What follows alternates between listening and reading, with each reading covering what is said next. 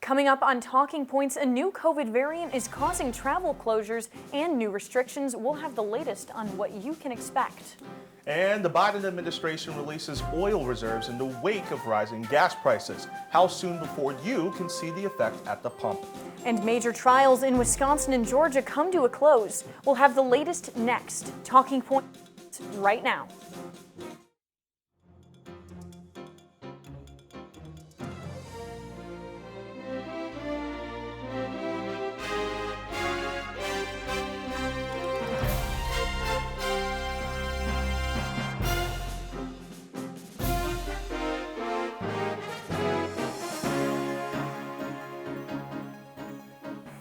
Welcome into Talking Points. Hey, we hope you had a wonderful Thanksgiving. I'm Chilekasi, Adele. And I'm Teagan Brown. We have a lot to cover this week, but we'll start on the COVID front. As travel increases around the holiday season in the U.S. and around the world, countries are bracing for updates on the new Omicron COVID-19 variant. Here with more about the impact of the COVID-19 variant is Talking Points analyst Moriah Humiston. And so is the spread of the new COVID variant Omicron. Scientists are fearing it could spread quicker than previous versions because of its more than 30 mutations. The variant has been labeled a variant of concern by the World Health Organization as of November 26th. Cases starting in southern Africa and Botswana and making their way across the world, with new cases in Ontario, Canada being confirmed Sunday. Today, there are new U.S. travel restrictions from Botswana and other surrounding countries. President Biden addressed the public today, saying that they should not have fear. This variant is a cause for concern, not a cause for panic. We have the best vaccine in the world, the best medicines, the best scientists, and we're learning more every single day. The president also tweeted this afternoon about America's effort to help get the world vaccinated. Other politicians are taking measures to try and protect their people from the variant, including Canadian Prime Minister Justin Trudeau and UK Prime Minister Boris Johnson, where both countries have at least 3 cases with the new variant. Prime Minister Johnson said over the weekend that the UK is not trying to restrict travel, but rather take precautions. We need to slow down the seeding of this variant in our country. We need to buy time for our scientists to understand exactly what we're dealing with, and for us to get more people vaccinated and, above all, to get more people boosted.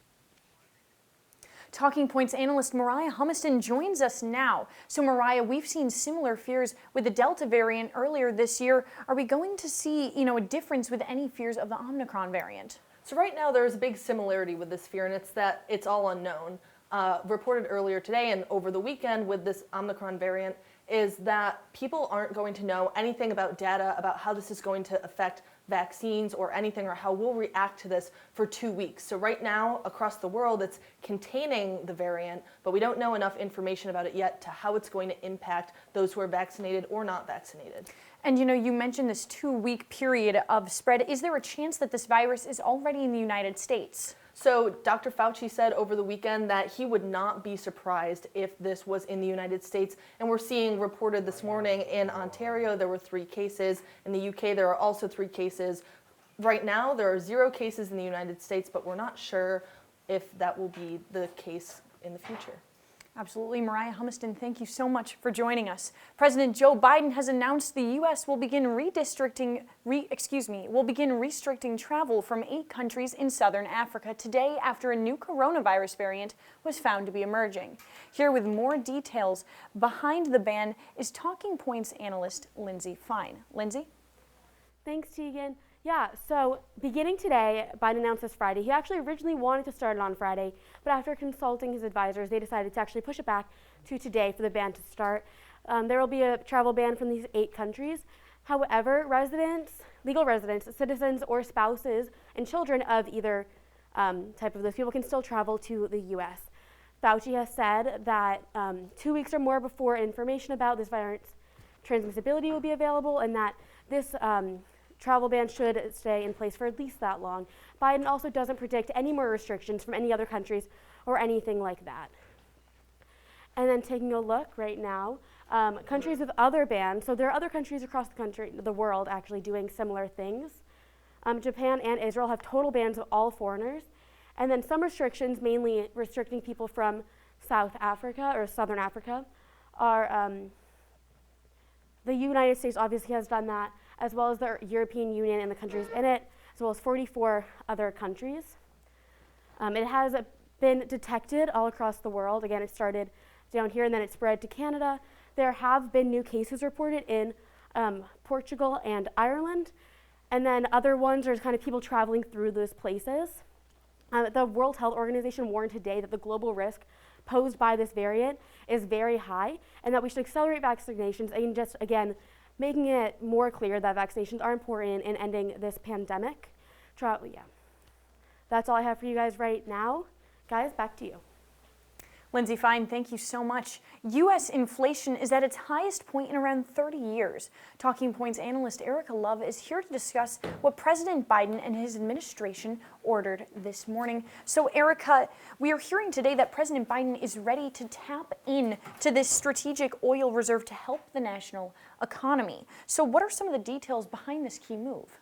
Well, the biggest deal is that there's going to be about 50 million barrels released, about 32 million of those released over the next coming months. The 32 will slowly come out to help for restocking.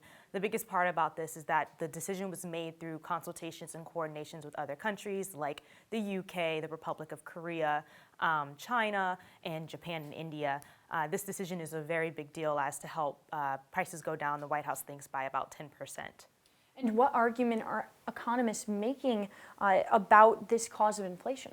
Well, there's two big arguments. The biggest one is that a lot of policymakers are in an emergency posture where, they're anticipating and planning for another crisis or figuring out how to deal with the crisis at hand. Many people think that we've moved past that and we don't need to keep providing aid. The other one is that manufacturing businesses have been, stressed and stretched out regarding resources because of the pandemic, and then as they've started to open up, production is increasing and it's hard on workers.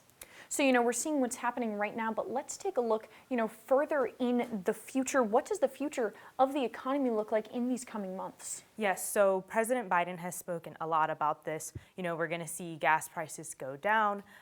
There's also a lot of talk about getting the vaccine. Many politicians are saying, continue to get the vaccine. That is the root cause of this entire economy. Let's hear what President Biden had to say about the upcoming issues and how things have changed. Quote, in the past 3 weeks, the number of containers sitting on docks blocking movement are down by 33%. Shipping prices are down 25%.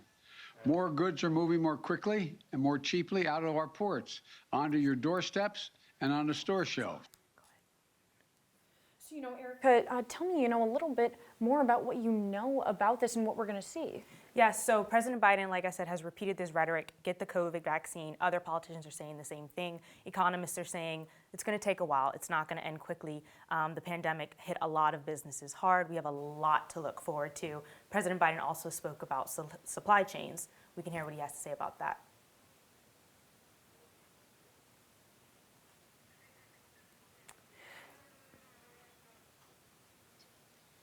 There's a lot we can be proud of and a lot we can build on for the future. But we still face challenges in our economy. Disruptions related to the pandemic have caused challenges in our supply chain, which have sparked concern about shortages and contributed to higher prices. Ericka Love, thank you so much for joining us. Coming up after the break, the trial of Kyle Rittenhouse comes to a close. We'll have all of the details about this trial coming up next after the break.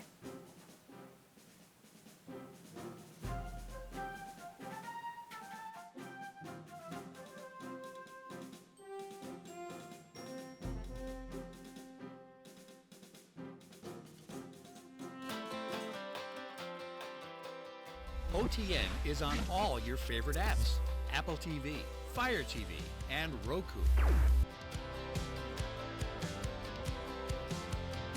Search Orange Television Network or OTN.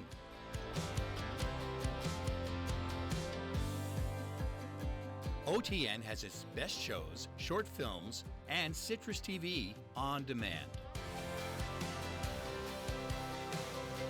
Family and friends can watch OTN too.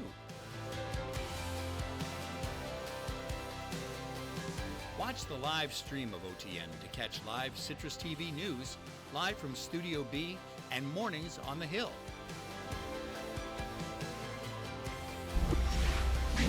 On or off campus, watch OTN anywhere.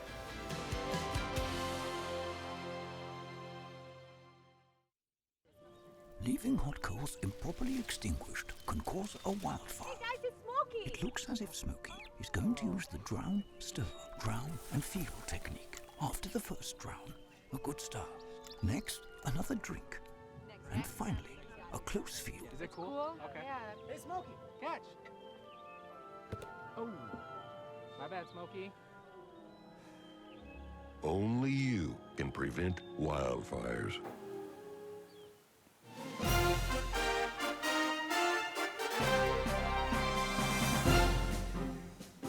Welcome back to Talking Points. Kyle Rittenhouse was acquitted on all 5 counts.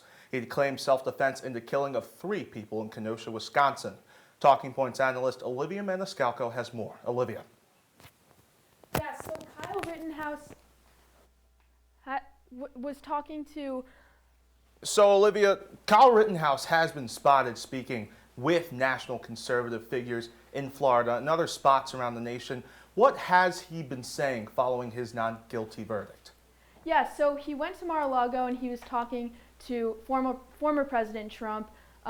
President Trump was saying he's a nice guy. Trump doesn't believe he should have ever had a trial. And Rittenhouse was just meeting him, talking to him.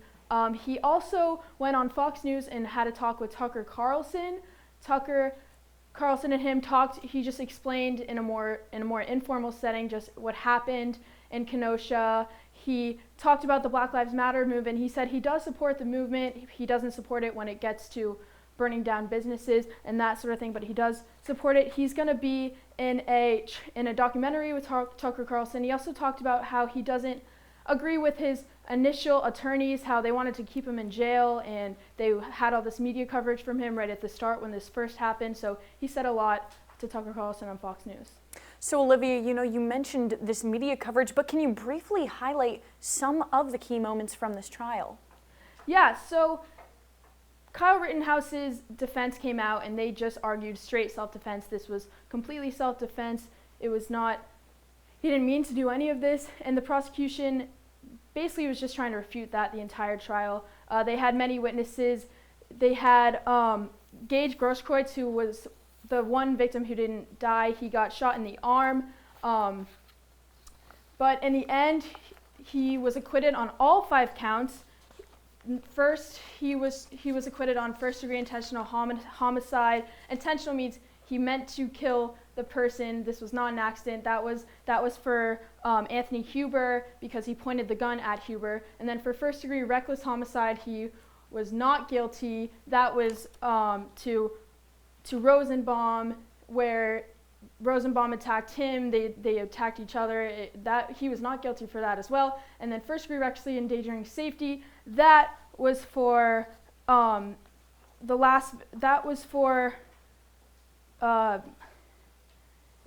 there was one person that was shot at but was not killed, and that was for him who was just trying to help. And then for attempted first-degree intentional homicide, that he was also not guilty for that.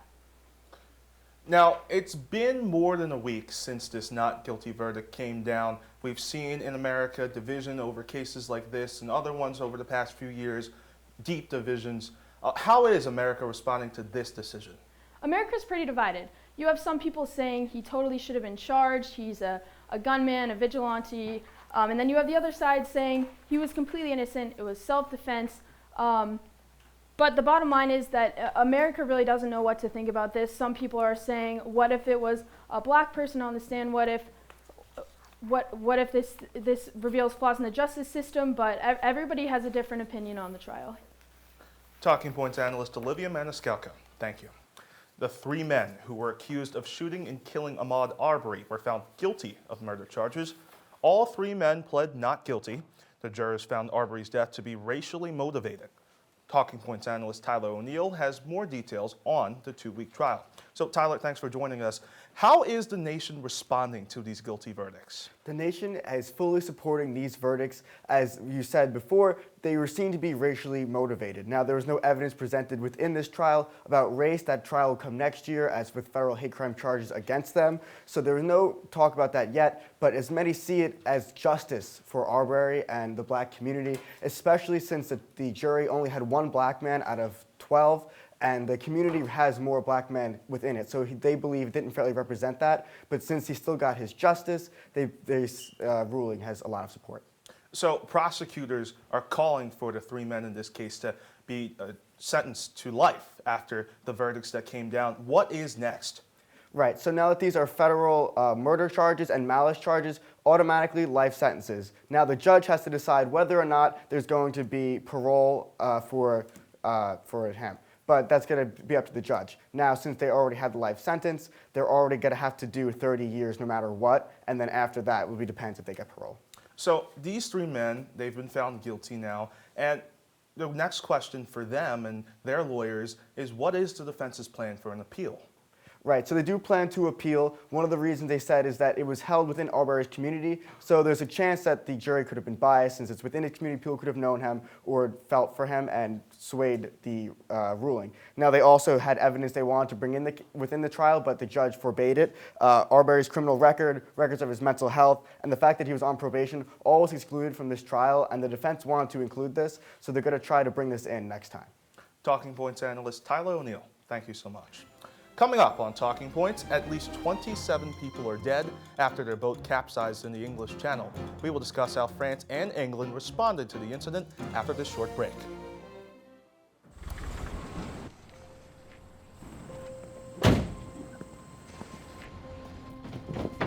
Dad, they took over my bedroom. Come on, come on. Okay, Dad. 1, 2, 3.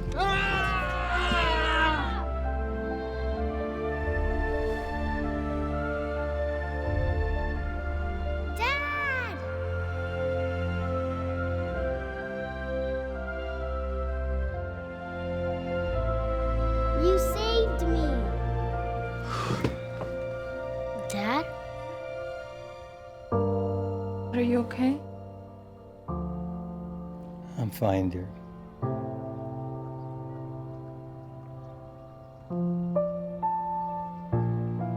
Your hero needs you now, and AARP is here to help. Find the care guides you need at aarp.org/caregiving. They call me Maxie, but I prefer tripod. I was your above-average four-legged homie, and then wham, bam, minivan. Some people pity me. Now that's lame. I still run, fetch, and swim. And the ladies love me. I'm the ultimate wingman. Just don't ask me to high five.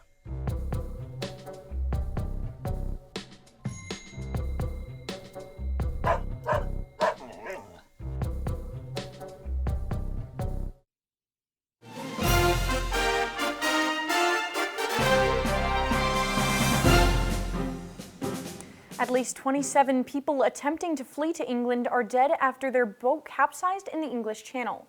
This is one of the deadliest incidents to take place on the English Channel in years. Here to break down the entire situation is Talking Points analyst Dominic Chiappone. Thanks, Teagan. British and French authorities are currently investigating what is now considered to be the largest fatality event to take place on the English Channel. At least 27 individuals are confirmed dead after their boat capsized in the middle of the channel. All of the individuals on board were believed to be migrants from Africa and the Middle East seeking refuge in England. British Prime Minister Boris Johnson recently spoke out and gave his condolences to the victims and their families. Here's what he said. My thoughts and sympathies are, first of all, with the victims and their families. And it's an appalling thing that they have suffered. French President Emmanuel Macron spoke out recently, calling for support of the victims and their families. The International Organization for Migration said the tragedy was the largest loss of life in the English Channel since the group began collecting data in 2014. President Macron said, quote, "To the families of all the victims, we do support, and we want to express the compassion and unconditional support on the part of France." Now, 4 suspected traffickers related to the incident are currently in custody. Since 2015, the number of migrants attempting to cross the English Channel has soared due to England cracking down on other routes. Additionally, countries across mainland Europe have passed strict anti-immigration laws in an effort to crack down on waves of migrants pouring into their respective countries. The question now becomes, what's next? French officials have accused Boris Johnson of using the event for political gain. However, Boris Johnson pushed back, saying that both countries must cooperate to crack down on their common enemy, which is cracking down on illegal migrant smuggling and trafficking.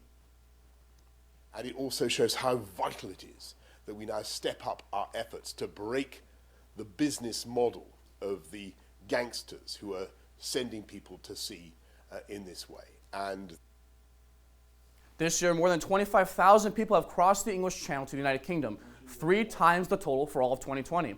This past Wednesday alone, French authorities rescued an additional 106 people out of a group of over 300 individuals attempting to cross the Channel. This year, France has already rescued 7,800 migrants from the English Channel. The legacy of the 2015 migrant crisis continues to plague Europe, and now the situation has reached Britain's backyard. The real question now becomes, is what will France and the United Kingdom do to prevent more innocent lives from being lost on the English Channel? Teagan, back to you. Dominic Chiappone, thank you so much. On Friday, Ukrainian President Volodymyr Zelensky announced the Ukrainian government had uncovered a plot to stage a coup this week involving Russian individuals, with further information into the rising tensions in East Europe. Talking Points analyst Bond Photos is here in studio. Thanks, Teagan. As you said, President Zelensky announced from the Ukrainian capital of Kiev that his government had uncovered a coup involving Russian supporters, backed by audio recordings. These recordings, however, have not been released. The tapes apparently are Russian individuals talking about roping in this businessman into backing the coup. Both the Kremlin, as well as this billionaire mentioned, Renat Akhmetov, has denied any involvement with the plot. Zelensky himself stopping short and saying he believes Russia is behind the coup. In the meeting, Zelensky stated, "We received information that a coup d'etat will take place in our country on December 1st. Interesting information, isn't it? Think it's important information. On December 1st or 2nd. And while details are few and far between, we do know that there has been an increased Russian presence along the Ukrainian-Russian border. Nearly 92,000 Russian troops are massed in the region. The head of Ukraine's military intelligence stated an anticipated attack could occur by the end of January or even early February. Ukraine has stated its intention to join the NATO alliance, initially set up to quell Soviet aggression, but has pivoted to limiting Russian influence along Eastern Europe. A move that has caused Russian President Vladimir Putin to state that the West shouldn't take his red lines of NATO expansion too lightly. Teagan, back to you. Bond Photos, thank you so much.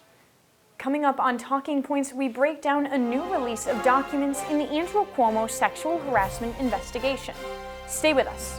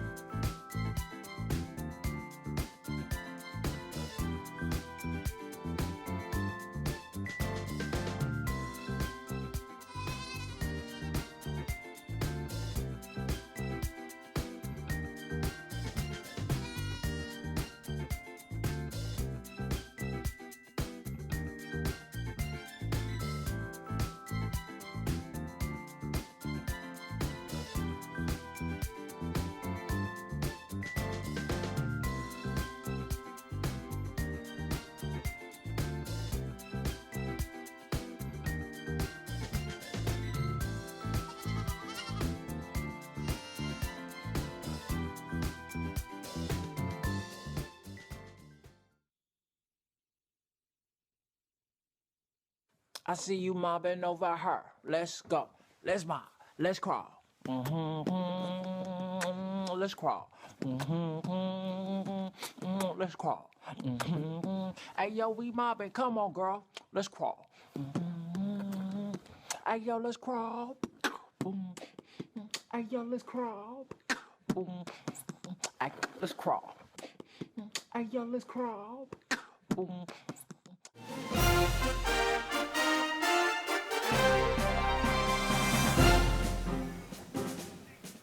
Welcome back to Talking Points. The New York State Attorney General's office released new documents today.